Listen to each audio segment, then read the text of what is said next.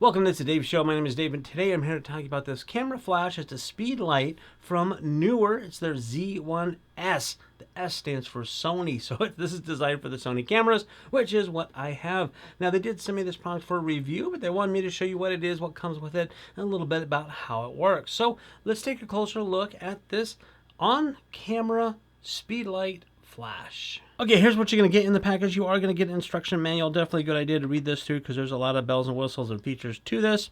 Now, you're also going to get a little stand for your flash. So you can use this not on your camera. Now, I said on camera flash because that's the primary reason or purpose to have this type of flash. But if you have a remote trigger, which I do not currently, I do have one on the way, but if you have a remote, you can actually put this flash on a little stand, and you can have this to the side of your subject. It just goes right on into there, and then it has a little thread here. You can mount this even up on a tripod or someplace, so you can actually a tripod or a light stand, whatever it is you want to. You can get different heights and different levels for it. So you do get a little foot stand for it, and you're going to get a battery charger. Now there's several pieces to this. You're actually going to get the base.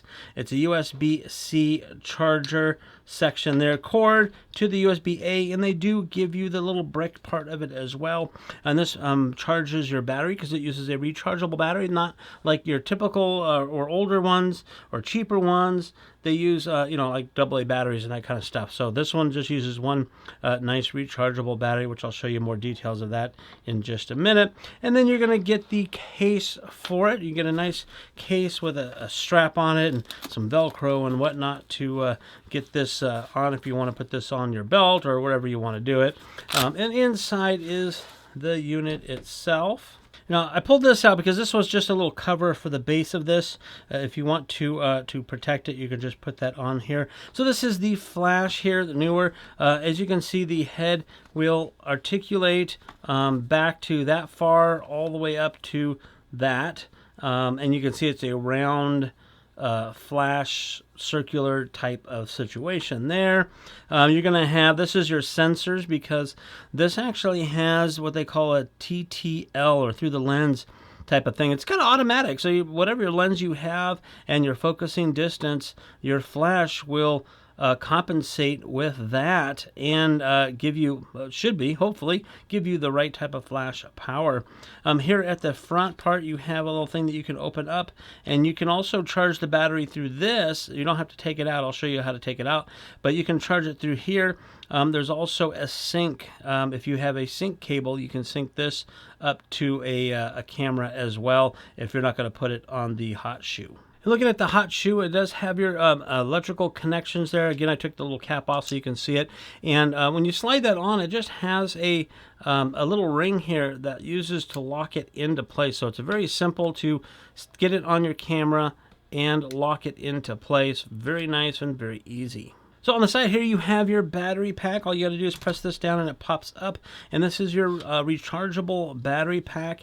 And it goes right into the charger like that to charge it up, and the lights come on and let you know that it's charging and when it's charged. So this one is a capacity of a 2600 milliamp lithium ion battery, rechargeable the whole bit. Now, if you are going to be doing a lot of flashes, you might want to pick up an extra battery. I have not been able to use this very much yet to decide if I'm going to need an extra battery, but because you can't just throw it, AA's in, these are very specific. You might want to get an extra battery if you are doing flashes all day long, like at an event or something like that, or wedding.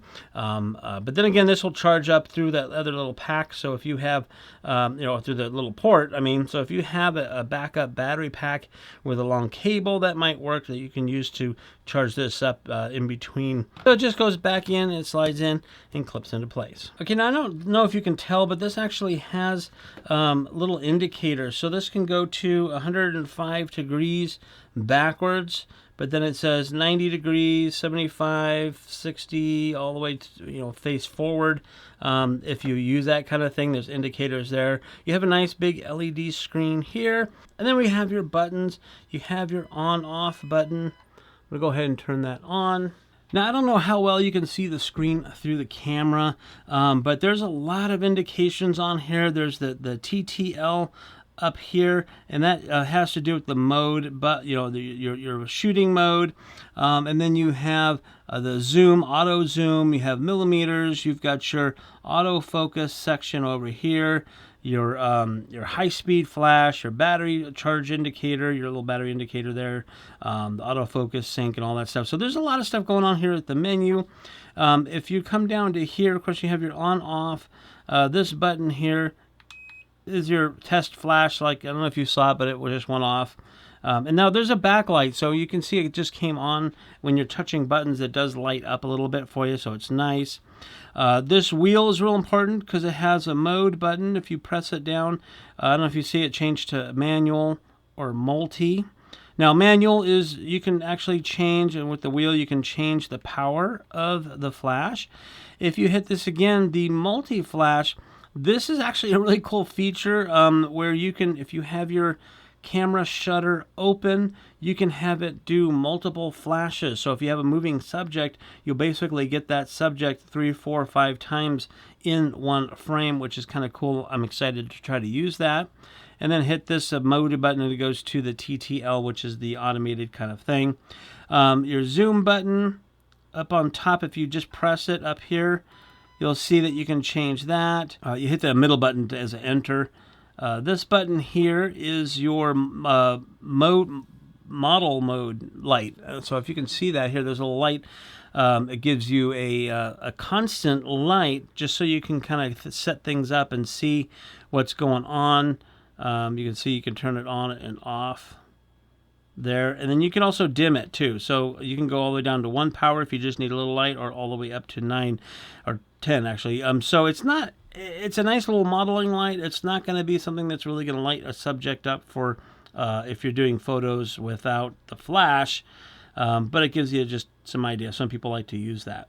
So this little button over here with these little arrows and lines, this has to do with syncing up to other units. So now this could be a master unit, and you can actually sync this up to other flashes. So if you have 2 or 3 or 4 of these extra flashes, you can set them up and use and control it all from this one unit. Now you can also, if you hit this button, it becomes a slave. So if you have another unit that's a master unit or anything like that, you can make this a slave to that, which means if one flash goes off, this one will go off at the same time.